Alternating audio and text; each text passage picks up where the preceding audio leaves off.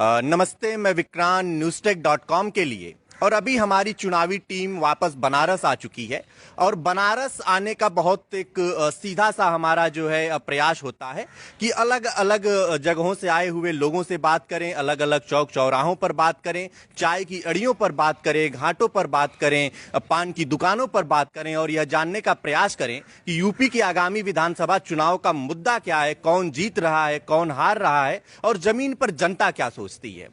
बनारस की यात्रा के दौरान हमारी मुलाकात आयुष चतुर्वेदी से हुई।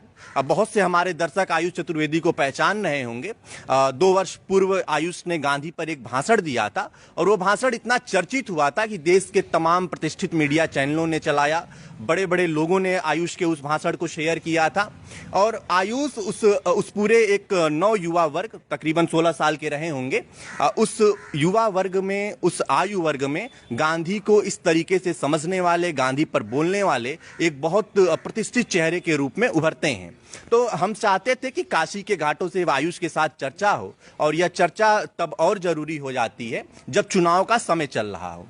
2014 के बाद जब सत्ता परिवर्तन हो रहा था तो सिर्फ यह मोदी का आना या भारतीय जनता पार्टी का सरकार में आना नहीं था, बल्कि एक विचारधारा भी आ रही थी और उस विचारधारा में बहुत सी ऐसी चीजें आ रही थी जो बहुत से लोगों को असहज कर सकती थी और बहुत से लोगों को सहज कर सकती थी। गांधी नेहरू पर हमले चालू किए गए, सेकुलरिज्म जैसे शब्दों पर हमले चालू किए गए और उन सारी चीजों के बीच में मेरी खुद की उम्र 21 साल है, आयुष की उम्र 18 है, हमारे सहयोगी आज़ाद भी 21-22 साल के हैं। तो हम सभी लोगों का जो मतदाता बनने की प्रक्रिया थी वह 2014 के बाद चालू हुई थी, जहां हम राजनीति के पूरे समीकरण को देख रहे थे, राजनीतिक बयानबाजी को देख रहे थे, राजनीतिक घटनाक्रम को देख रहे थे और उस बीच में आयुष निकल कर आते हैं और गांधी पर बात करते हैं, नेहरू पर बात करते हैं, कट्टरता के खिलाफ बात करते हैं और तब करते हैं जब गांधी, नेहरू और इन सारी चीज़ों पर बहुत मजबूत तरीके से हमले हो रहे थे। व्हाट्सएप फॉरवर्ड की मैं बात कर रहा हूँ। तो आयुष, सबसे पहले तो हम जानना चाहेंगे कि आपका एक संक्षिप्त परिचय जो हमारे दर्शक आपके बारे में जान सकें।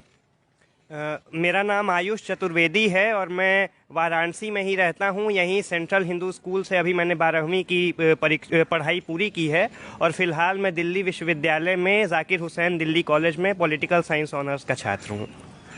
तो अभी आपकी ग्रेजुएशन चालू हो रही है। आयुष, एक सवाल है, जब आपका वो भाषण प्रचलित हुआ था और आप बहुत तेजी से लोगों के जरिए आपको प्रसिद्धि मिली थी, आपके वीडियो शेयर किए जा रहे थे, मेरा सवाल ये है कि क्या गांधी को मानने वालों का स्पेस खाली था और खासकर आपके आयु वर्ग का स्पेस खाली था कि आप आते हैं और लोग आपको हाथों हाथ लेते हैं, आपको जो है आपके वीडियो को कई प्लेटफॉर्म पे शेयर किया जाता है। तो मेरा सवाल गांधी के उस स्पेस पे है, क्या गांधी का वो स्पेस खाली है? मुझे लगता है कि गांधी को मानने वाले लोग अभी भी हैं, देश में बहुत ज़्यादा हैं, लेकिन शायद उनकी उतनी प्रसिद्धि नहीं है या लोग उतना वो अब बोलना कुछ कम कर दिए हैं। और आयु वर्ग में जब मैं बात करता हूँ, मेरी आयु वर्ग में, तो वहाँ स्पेस मुझे खाली थोड़ा दिखता है और मुझे लगता है कि उसी खाली स्पेस की ही वजह से आज जो लोग मुझे सुन रहे हैं तो शायद उसी खाली स्पेस की ही वजह से सुन रहे हैं। और इसमें ज़्यादा बड़ा कारक जो होता है वो उम्र ही है। मुझे लगता है मैंने जो बातें उस भाषण में की वो मुझे लगता है कि अगर कोई उम्रदराज व्यक्ति वो बात बोलता है तो शायद वो लोगों को उतना अपील नहीं करती, क्योंकि उन्हें लगता कि इनकी उम्र ज़्यादा है, ये ज़्यादा परिपक्व हैं, ये ज़्यादा पढ़े होंगे, तो इनसे यही उम्मीद की जाती है कि ये ऐसा ही बोलें। लेकिन जब मुझे लगता है ये कि जब मेरी उम्र का कोई ऐसी बात बोल रहा था, क्योंकि मेरी उस समय उम्र 16 वर्ष की थी और मैं गांधी नेहरू पर पढ़ता था, तो मुझे लगता है कि वो चीज़ शायद लोगों को लगी हो कि जब एक कम उम्र का लड़का बोल रहा है तो वो चीज़ शायद उनको अपील की हो। तो मुझे लगता है कि कम उम्र में जो लोग हैं उनमें एक स्पेस गांधी का खाली दिखता है। या ऐसा हो सकता है कि लोग हों गांधी के बारे में सोचने वाले, समझने वाले, लेकिन उन्हें वो माध्यम न मिल पाता हो जो मुझे मिल पाया, जहाँ से मैंने अपनी बात रखी। तो वो स्पेस खाली दिखता है मुझे और वही भरने की कोशिश मैं जानता हूँ कि मैं ये कहूं कि मैं उस स्पेस को भर रहा हूं, ये अतिशयोक्ति होगी। मैं ये कोशिश कर रहा हूं कि और लोग भी उस स्पेस में आने की कोशिश करें। तो चलिए, तो गांधी के उस स्पेस की बात हुई जो खाली था, अभी भी खाली है और मुझे लगता है कि आप जैसे बहुत से युवा लगेंगे तब वो एक स्पेस भरा जा सकता है। दूसरा सवाल है कि आपने गांधी को पढ़ा, गांधी को मानते भी हैं, गांधी के साथ जीते भी हैं। जब प्रतीकों के सहारे गांधी को माना जाता है। जैसे कोई बहुत बड़ा स्टार है, कोई बहुत बड़ा नेता है, जब चरखे के साथ फोटो लगाकर और गांधी का कोई एक कोटेशन लिख देता है, तो जब प्रतीकों के जरिए गांधी को माना जाता है, उस पर आप क्या सोचते हैं? गांधी प्रतीकों के जरिए लाए जा सकते हैं? मुझे लगता है ये बहुत आउटडेटेड हो जाएगा अगर हम खाली प्रतीकों के जरिए गांधी को लाना चाहें। ये बात अलग है कि हम कहीं चरखा बना दें, लाठी बना दें, चश्मा बना दें तो वो गांधी का ही प्रतीक बन जाता है, लेकिन गांधी प्रतीकों से बिल्कुल नहीं आएंगे। गांधी ने प्रतीकों को ढूंढा, गांधी को प्रतीकों से हम नहीं ढूंढ सकते हैं, गांधी ने नए प्रतीक ढूंढे। आज गांधी होते तो वो चरखे की जगह कोई और नया अहिंसक प्रतीक लाते जिससे कि हम उससे कुछ आगे काम कर पाएँ। लेकिन मुझे यही लगता है कि प्रतीकों के जरिए हम अगर गांधी को मानना चाहें या गांधी को अपनी विचारधारा में न लाकर खाली उस प्रतीक के सामने अपनी फोटो खिंचाकर हम गांधीवादी बनना चाहें तो वो तो नहीं हो पाएगा। मुझे लगता है कि चरखे के सामने फोटो खिंचाने वाले या फिर किसी पोस्टर पर चश्मा बना के और एक चश्मे पर स्वच्छ एक पे भारत लिख के, वैसे नहीं होने वाला है कुछ। जब तक हम उस स्वच्छता के विचार को या उस सांप्रदायिक सद्भाव के विचार को अपने अंदर नहीं लाएंगे तब तक प्रतीकों से गांधी बिल्कुल नहीं आने वाले हैं, ऐसा मेरा मानना है। सच में वास्तविक जीवन में गांधी की प्रैक्टिस आसान है? आप कर पाते हैं? बहुत कठिन है। गांधी के कई व्रत हैं जो मैं ऐसा भी मानता हूं कि ज़रूरी नहीं है कि कोई आदमी समग्र गांधीवादी हो ही नहीं सकता है, वो खाली गांधी थे। समग्र गांधी दूसरा कोई नहीं हो सकता है। आप स्वच्छता का पालन करेंगे तो हो सकता है कोई एक चीज़ छूट जाए, कोई दूसरी चीज़ छूट जाए। गांधी समग्र रूप से एक गांधीवादी होना बहुत मुश्किल है आज के दौर में। वो मैं मानता हूँ कि मैं भी नहीं हूँ, और जो लोग ये दावा करते हैं कि मैं बहुत बड़ा गांधीवादी हूँ, मुझे लगता है समग्र रूप से वो भी गांधीवादी नहीं है। और ज़रूरी भी नहीं है कि समग्र रूप से हम गांधीवादी हों, क्योंकि गांधी ने अपनी जान स्वच्छता के लिए नहीं दी थी, गांधी ने अपनी जान अपरिग्रह के लिए नहीं दी थी, गांधी ने अपनी जान सांप्रदायिक सद्भाव के लिए दी थी। तो अगर हम सांप्रदायिक सद्भाव के उस तत्व को अपने अंदर लाते हैं तो वही हम समग्र रूप से गांधीवादी हो जाएंगे। हमें और कोई ज़रूरत नहीं है कि हम गांधी के सारे व्रतों का पालन करें, हम जो है कि शाकाहार का पालन करें। ये एक तरह का दबाव भी होगा कुछ लोगों पर, तो ऐसा मेरा बिल्कुल मानना नहीं है। हम गांधी के जो सबसे मजबूत तत्व है उसका अगर हम पालन करें तो वही असल गांधीवाद होगा। तो सांप्रदायिक सद्भाव की बात जो महात्मा गांधी लगातार करते थे, यहाँ मैं जिक्र भी करूँगा, नुआखाली की घटना आपको याद होगी। जब देश आज़ाद हो रहा था, वहीं अखिल भारतीय राष्ट्रीय कांग्रेस थी, वहाँ पे सत्ता का बंटवारा हो रहा था, लोग अपने अपने हिसाब से सत्ता को बनाने के प्रयास कर रहे थे। एक बुजुर्ग वहाँ से 1500 किलोमीटर दूर जाता है और सांप्रदायिक सद्भाव की बात करता है। अभी आपने कुछ भाषण सुने होंगे, मतलब ये 2-3 साल 4 साल से पूरा एक पैटर्न बना हुआ है और एक विशेष समुदाय के खिलाफ हिंसक बातें की जा रही हैं। अभी हाल में हरिद्वार के उस पूरे धर्म संसद का जिक्र लगातार सोशल मीडिया और मीडिया प्लेटफॉर्मों पे चल रहा है, और जैसे हिंसा की बात की जा रही है और जैसे मारने और मरने की बातें की जा रही है, उसके बीच गांधी कहाँ खड़े हैं? मुझे लगता है गांधी इन सब के बीचों बीच खड़े हैं, और ऐसे लोग गांधी के भी ज़माने में थे और आज भी हैं। गोलवलकर ने सबसे पहले ये लिखा था कि हमारे दुश्मन अंग्रेज़ नहीं बल्कि मुसलमान, कम्युनिस्ट और ईसाई हमारे सबसे बड़े दुश्मन हैं। तो ये विचार तब से ही पल रहा था, जो आज बड़ा रूप ले रहा है। बड़ा रूप तब भी लिया जब वो गांधी की हत्या किया, और बड़ा रूप आज भी बहुत व्यापक पैमाने पे ले रहा है। और मुझे लगता है कि ये विचार हम सबके अंदर कहीं ना कहीं एक धर्म से नफरत करना, एक लिंग से को अपने से बहुत अलग मानना, वो चीज़ हमारे विचारों में बहुत अंदर धंसी हुई है। इस्लामोफोबिया है, मिसोजिनी है, कास्टिज़म है, ये चीज़ें हमारे अंदर बहुत अंदर तक धंसी हुई हैं। जब तक हम इन चीज़ों से छुटकारा नहीं पाएंगे तो मुझे लगता है कि ऐसे ही धर्म संसदें होती रहेंगी, क्योंकि ये विचार बहुत पुराना है और ये धीरे धीरे करके इस विचार में बहुत लोगों को लाने की कोशिश करेंगे। और यहाँ हमें फिर ज़रूरत पड़ती है कि हम किसी वाद के वादी ना हों, क्योंकि कोई भी पैदा गांधीवादी नहीं होता है, कोई भी पैदा मार्क्सवादी नहीं होता है। मैं मानता हूँ कि हम लोग पैदा दूधवादी होते हैं, हमें खाली दूध चाहिए होता है। उसके बाद हम कहें कि रोटीवादी होते हैं, कपड़ावादी होते हैं। किसी को किसी विचार से ऐसी अधिसंख्य जनता है इस देश में जिसको किसी विचार से कोई मतलब नहीं है। तो मार्क्सवादी, गांधीवादी, दक्षिणपंथी, वामपंथी होने से पहले हम जब रोटीवादी होंगे, कपड़ावादी होंगे, मकानवादी होंगे, तब हमें इस देश की असल सच्चाई पता चलेगी। और तब पता चलेगा कि इन धर्म संसदों का हमारे रोटी या हमारे डाइनिंग टेबल से कोई लेना देना नहीं है। इधर कुछ सालों में हुआ ये है कि कि राजनीति को इन लोगों ने हमारे डाइनिंग टेबल पर ला के रख दिया है, और उससे और जो टीवी डिबेट्स का जो मुद्दा है वो आज हमारे घर की बहसों का, हमारे चाय की अड़ियों की बहसों का मुद्दा हो गया है।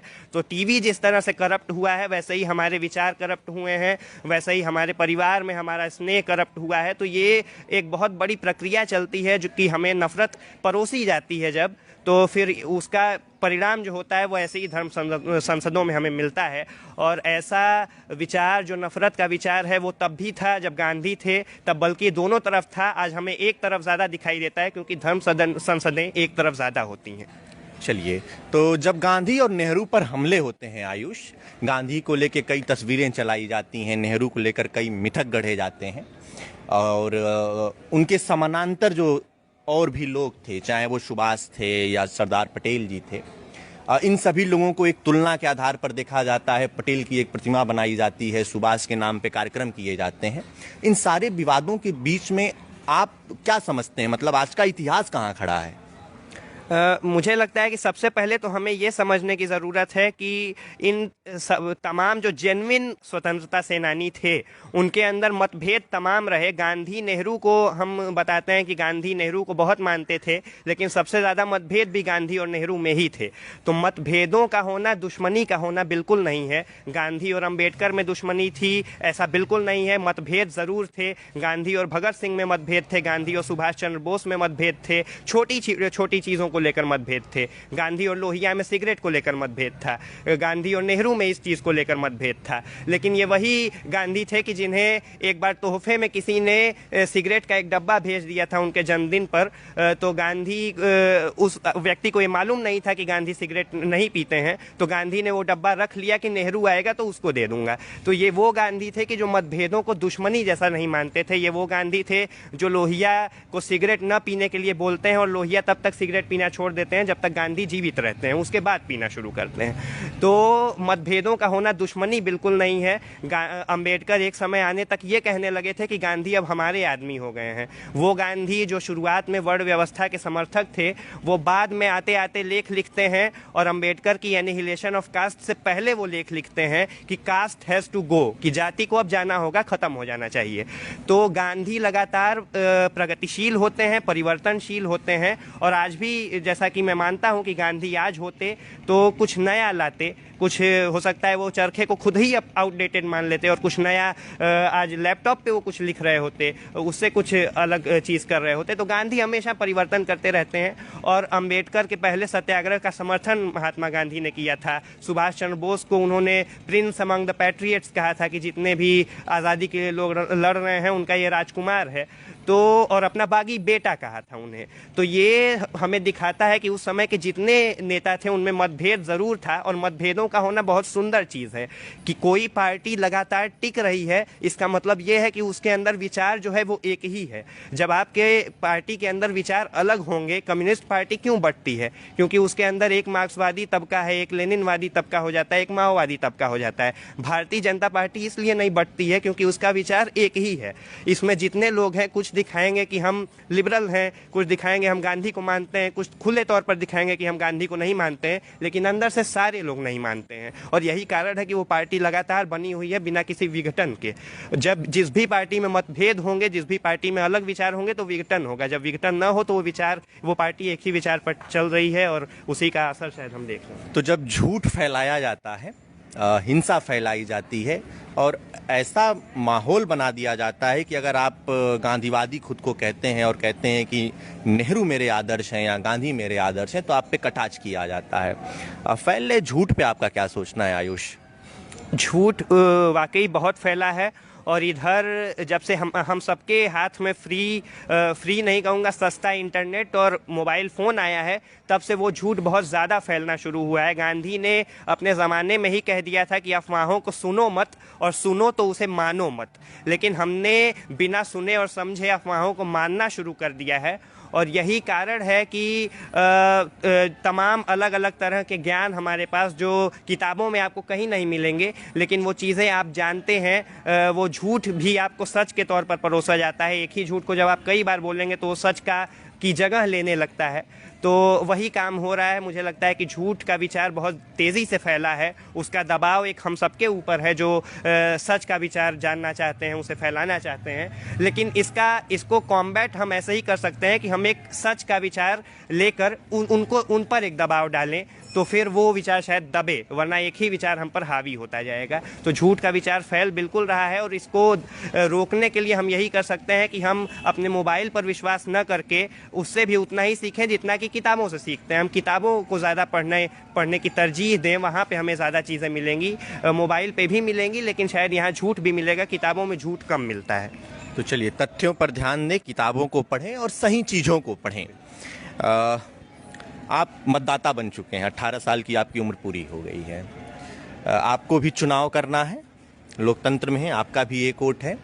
नेता चुनना हो तो कैसा नेता चुनना चाहिए? नेता अगर मैं चुनूंगा तो ऐसे नेता को चुनूंगा जिसकी उम्र चाहे जो हो, लेकिन जिसकी सोच युवा हो, जो युवाओं को लेकर सोचे, और जो प्रगतिशील हो, जो धर्मनिरपेक्ष हो। भारत जब आज़ाद हुआ था तो ये केवल एक सत्ता का परिवर्तन नहीं था कि अंग्रेज़ चले जाएंगे और भारतीय राज करने लगेंगे, ऐसा कुछ नहीं था। वो एक हमारे विचारधारा में एक परिवर्तन था कि हम प्रगतिशील होंगे, हम स्त्रीवादी होंगे, हम जातिवाद को ख़त्म करने की कोशिश करेंगे, हम धर्मवाद को ख़त्म करने की कोशिश करेंगे। और जितने भी आज़ादी के आंदोलन में हमारे नेता 10 साल 20 साल जेल में गुजारे, वो इसीलिए गुजारे कि सिर्फ आज़ादी पा लेना हमारा मकसद कभी नहीं था। भगत सिंह का मकसद ये कभी नहीं था। हमें एक विचार अपने अंदर लाना है जो प्रगतिशील हो और जो बाकी देशों से भारत को एक नए रूप में दिखाए। तो मुझे लगता है कि जो नेता इस बारे में माने, और जो नेता हमारे जितने आज़ादी के आंदोलन के स्वतंत्रता सेनानी थे उनमें से किसी एक को अपना आदर्श मानता हो, जो जेन्युइन स्वतंत्रता आंदोलन के क्रांतिकारी हैं। क्योंकि इधर कुछ जो आंदोलन के क्रांतिकारी नहीं थे उन्हें भी बड़ा क्रांतिकारी की तरह उन्हें पोर्ट्रे किया जा रहा है। तो वो ना जो असल क्रांतिकारी हैं उनमें से किसी एक को मानता हो। ज़रूरी नहीं है कि वो गांधी ही हो, वो भगत सिंह भी हो सकते हैं, वो अम्बेडकर भी हो सकते हैं, वो नेहरू भी हो सकते हैं। लेकिन किसी एक नेता का वो स्टॉन्च सपोर्टर हो, बिलीवर हो, सेक्युलर हो, धर्मनिरपेक्ष हो, जातिवादी न हो, तो वही मेरा आदर्श होगा और शायद मैं उसे ही वोट करूं जो ऐसा मुझे दिखे। चलिए, तो ये इनकी अपनी एक व्यक्तिगत राय है कि किस रूप में ये अपने नेता को चुनना चाहेंगे। आयुष, किसानों का आंदोलन रहा, युवाओं का आंदोलन है, महिलाओं का आंदोलन है, कई तरह के आंदोलन चलते रहते हैं। वर्तमान समय में कृषि आंदोलन बहुत चर्चा में रहा और किसानों ने अपनी जीत भी हासिल कर ली। आपकी एक कविता मुझे बहुत पसंद आती थी, ट्विटर वगैरह पे मैं देखता था, वो किसानों के ऊपर ही लिखी गई कविता थी। मैं चाहूँगा कि आखिरी में आप हमारे दर्शकों को अपनी कविता सुनाएं। पहले तो मुझे सबसे पहले बहुत खुशी है कि उस आंदोलन में जीत हासिल हुई किसानों को, और वो बहुत ही अहिंसक आंदोलन था, लंबा चला वो आंदोलन और अंततः जीत हुई। वो कविता मैंने लगभग 1.5 साल पहले लिखी थी और छोटी सी वो कविता है। मैं सुनाऊं? हाँ, बिल्कुल। तो वो कविता ऐसे है कि मैं आरी से सूरज काट दूंगा ताकि दे सकूं गटर में उतरने वाले आदमी को भी उसके हिस्से की रोशनी। मैं चांद को जोत दूंगा ताकि वह किसान भी अपनी फसल उगा सके जिसे पृथ्वी ने जमीन नहीं दी। मैं आसमान की दाल पकाकर लगाऊंगा तारों का छौंक ताकि उसे परोस सकूं अपनी माँ की थाली में जिसने मुझे पहली रोटी खिलाई थी। चलिए, बहुत शुक्रिया आयुष। तो ये हमारे साथ आयुष चतुर्वेदी थे, बनारस के रहने वाले हैं, दिल्ली विश्वविद्यालय के अभी छात्र हो चुके हैं और युवा गांधीवादी के रूप में जाने जाते हैं। गांधी को बहुत पढ़ते हैं, गांधी को बहुत समझते हैं, गांधी के समकक्ष लोगों को भी पढ़ते हैं, नेहरू को, सुभाष को, पटेल को, सबको पढ़ते हैं और अंत में गांधी को अपना नेता मानते हैं। तो ये हमारी एक स्पेशल रिपोर्ट थी काशी के घाट से, हमारे सहयोगी अजात शत्रु त्रिपाठी के साथ। नमस्कार, मैं विक्रांत, newstech.com के लिए।